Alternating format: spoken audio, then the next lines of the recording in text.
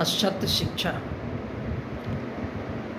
पाश्चात्य शिक्षा से हिंदुस्तान को खतरा क्यों है? पाश्चात्य संस्कृति से हिंदुओं को नफरत क्यों है? क्यों ये भारत का हिंदू, ब्राह्मण, बनिया, ठाकुर ये नफरत करता है? पाश्चात्य शिक्षा जब भारत में अंग्रेज आए वहाँ से शुरुआत हुई।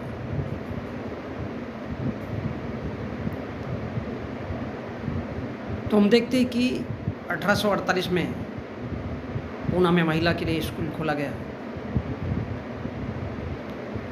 सावित्रीबाई ज्योतिबा फुले ने खोले। वो किसके थ्रू हो पाया? अंग्रेजों के थ्रू। तो ये पाश्चात्य शिक्षा शुरुआत कैसे हुई? अंग्रेजों को लगा कि जिस प्रकार ब्रिटेन में स्कूल है उस प्रकार से भारत में भी होना चाहिए और लोग पढ़ना लिखना चाहिए, क्योंकि पूरी तरह से भारत का जो सामाजिक ढांचा था, चाहे इस देश का मुसलमान हो, चाहे इस देश का ब्राह्मण हो, चाहे बनिया हो, चाहे ठाकुर हो, किसी भी तरह से कोई भी पढ़ा लिखा नहीं होता था। और पूरी तरह से इस देश में ब्राह्मणों के उन धार्मिक ग्रंथों के आधार पर इस देश का शिक्षा संचालन होता था। ब्राह्मण ने अगर कह दिया कि जाओ उसको नंगा पकड़ करके लेके आओ, तो नंगा पकड़ करके लेके आया जाता था। ब्राह्मण ने कहा कि उसकी बेटी का आज बलात्कार करना है, तब वो वही होता था। और इसलिए ब्राह्मण पाश्चात्य शिक्षा से सबसे ज़्यादा नफरत करता है, क्योंकि पाश्चात्य शिक्षा ने इस देश में उस शिक्षा को जन्म दिया जहाँ से उसका स्वरूप आज हम देखते हैं स्कूल कॉलेज के रूप में। उसकी शुरुआत ज्योतिबा फुले ने की। तब पूना के ब्राह्मण उसका भयंकर विरोध करते थे। जब ज्योतिबा फुले स्कूल चलाया करते थे और अपनी पत्नी यानी सावित्रीबाई फुले को पढ़ा लिखा करके उस योग्य बनाया, और वो उनको पढ़ाने लिखाने जब योग्य हुई तो 1848 में पूना में स्कूल खोला, महिला विद्यालय।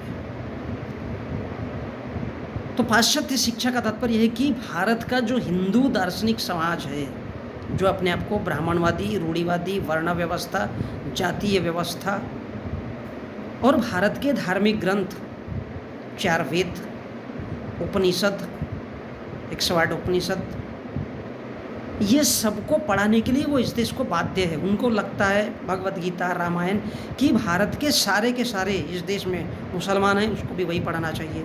भारत में जो हिंदू, मुस्लिम, सिख, ईसाई, ये सभी के सभी को उन धार्मिक ग्रंथों के आधार पर पढ़ना लिखना चाहिए। ये नहीं पढ़ सकते।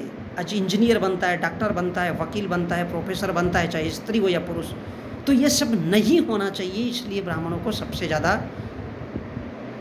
गुस्सा आता है और इसलिए वो पाश्चात्य शिक्षा का विरोध करते हैं, क्योंकि उनको लगता है भारत में इंजीनियर होना नहीं चाहिए, भारत में डॉक्टर नहीं होना चाहिए।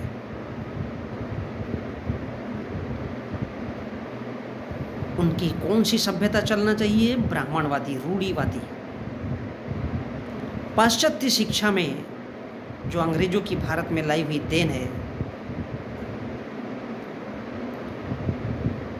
अंग्रेजों के द्वारा भारत में लाई हुई जो उनकी देन है, उस माध्यम से, क्योंकि ब्रिटेन में मिशनरी स्कूल चलते थे, उनको लगा यहाँ पर भी एजुकेशन होना चाहिए जिसमें ज्ञान, विज्ञान, आजू बाजू की जानकारी, क्योंकि ब्राह्मण पूरी तरह से अपना पोथी पुराण ही पढ़ता था और यही उसकी शिक्षा का आधार था। रामायण, महाभारत, वेद, पुराण, तैतृय ब्राह्मण, ऐत्रेय ब्राह्मण और जाने क्या क्या ब्राह्मण थे उनके, उसके आधार पर भारतीय समाज चलना चाहिए, चाहे वो हिंदू हो, मुसलमान हो, सिख हो, ईसाई हो, जैन हो, पारसी हो।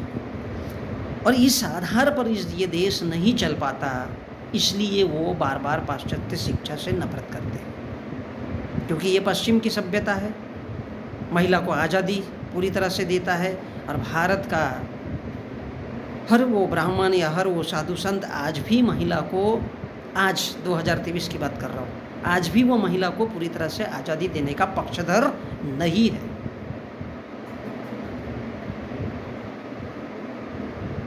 क्योंकि वह भारत के ब्राह्मणी सभ्यता को, भारत के ब्राह्मण धर्म को नष्ट करता है। कौन? पाश्चात्य शिक्षा पूरी तरह से। और इस देश में जो नया एजुकेशन है, जो भारत में चल रहा है, तो ब्राह्मणों और साधु संतों के शिक्षा पर पूरी तरह से प्रहार करता है। भारत का एक इंजीनियर हो या डॉक्टर हो, जाकर के इस देश के साधु संतों को पूछ लेता है कि भगवान कहाँ होता है, तो उनको बहुत बड़ी तिलमिलाहट होती है। और यही वजह है कि वो पाश्चात्य शिक्षा से तिलमिला जाते हैं। कौन? भारत के ब्राह्मण, भारत के साधु संत, जिनके आका इस देश के आरएसएस के संचालक मोहन भागवत है। आज सामने है इसलिए उनका नाम आता है। इससे पहले हेडगेवार जी थे, फिर केसी सुदर्शन पंथ। और क्योंकि ब्राह्मण नहीं चाहता है कि ब्राह्मणों की सभ्यता के आगे कोई भी पढ़ लिख पाए, कोई भी आगे बढ़े। उसी प्रकार से इस देश के जो तमाम सरकारी पद है या इस देश की शिक्षा व्यवस्था है, वो भारत का आरएसएस हो या भारत के साधु संत चाहते हैं कि पूरी तरह से भारत से शिक्षा मिट जाना चाहिए और भारत में उनका हिंदू धर्म का प्रचलन होना चाहिए। यदि भारत से पूरी तरह से शिक्षा मिटती है, उसके हम कदम भी देख रहे हैं। आज स्कूल कॉलेजों का कोई नाम नहीं लेता है, सारे के सारे प्राइवेट हो गए। वो अपने हिसाब से एजुकेशन देंगे, अपने हिसाब से एजुकेशन देंगे। मोहन भागवत के देखो कितने स्कूल और कॉलेज चल रहे हैं। ये चिंता का विषय नहीं है, ये गहन चिंता का विषय है। लेकिन हमारे देश में लोगों को फर्क नहीं पड़ता। उनको तो इस बात की चिंता है कि सारे के सारे लोग हिंदू होना चाहिए। हिंदू अर्थात ब्राह्मण ने कह दिया कि ये ब्राह्मण है, क्षत्रिय, ये वैश्य, यानी इस देश का SC ST OBC क्या है? ब्राह्मणों का गुलाम है, ठाकुरों का भी गुलाम है और वैश्यों का भी गुलाम है, और वो इसी गुलामी में रहना चाहिए। इसलिए इस बात का आकलन इस देश का OBC कभी करना नहीं चाहता। इस बात का आकलन इस देश का कभी भी आदिवासी करना नहीं चाहता कि उनके कलेक्टर कितने हैं, सुप्रीम कोर्ट में उनके जज कितने हैं। उनको इस बात से कोई लेना देना नहीं है। और यही वजह है कि भारत में पाश्चात्य शिक्षा का विरोध होता है, कड़ा विरोध होता है। इस देश का तमाम वो राजनीतिक, तमाम वो पढ़ा लिखा इंसान कहता है कि पाश्चात्य शिक्षा नहीं होना चाहिए। पाश्चात्य शिक्षा का स्वरूप अंग्रेजी में होता है। अंग्रेजी का मतलब ये है कि वो विश्व की भाषा मानी जाती है, वैश्विक स्तर पर उसका लेवल है। ज़्यादातर देश उसी में बोलचाल करते हैं। और भारत के पढ़े लिखे लोग ये चाहते हैं कि अंग्रेजी में ही होना चाहिए, डेफिनेटली होना चाहिए। इसलिए नहीं कि वो हमारी भाषा नहीं है, इसलिए नहीं कि वो किसी और की भाषा है। बोले अंग्रेज भारत में आए तो अंग्रेजी छोड़ गए। भैया पूरे वर्ल्ड के लोग बोलते हैं। आपको ज्ञान तभी मिलेगा जब पूरे वर्ल्ड के संपर्क में रहोगे। अगर अमेरिका में कोई खोज होती तो वो खोज भारत में क्यों नहीं हो सकती?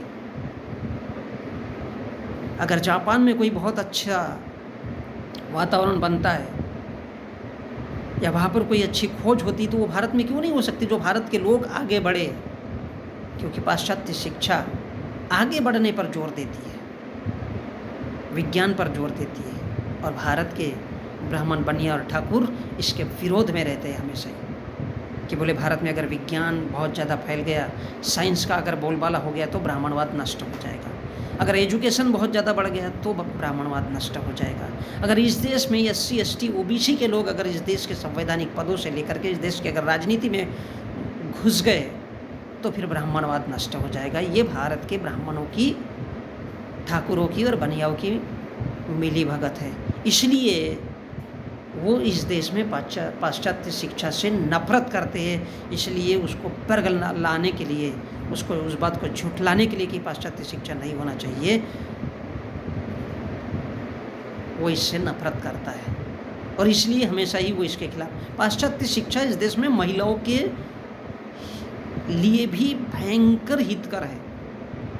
अब मुझे नहीं मालूम कि इस देश की महिलाएं कभी पढ़ना लिखना चाहती है या नहीं चाहती है। अगर उनको इस देश के उसी पुराने रूढ़िवादी ढांचे में अगर जाना है, जहाँ उनको सती बनना होगा, जहाँ पर उनको उस दहलीज को पार करना होगा जिसे दासी कहते, तो फिर इस देश की महिलाओं को मैं खुशी से कहना चाहूँगा कि आप हिंदू शेरनियाँ बनो, लेकिन पाश्चात्य शिक्षा का विरोध किसी भी शर्त में इस देश में नहीं होना चाहिए।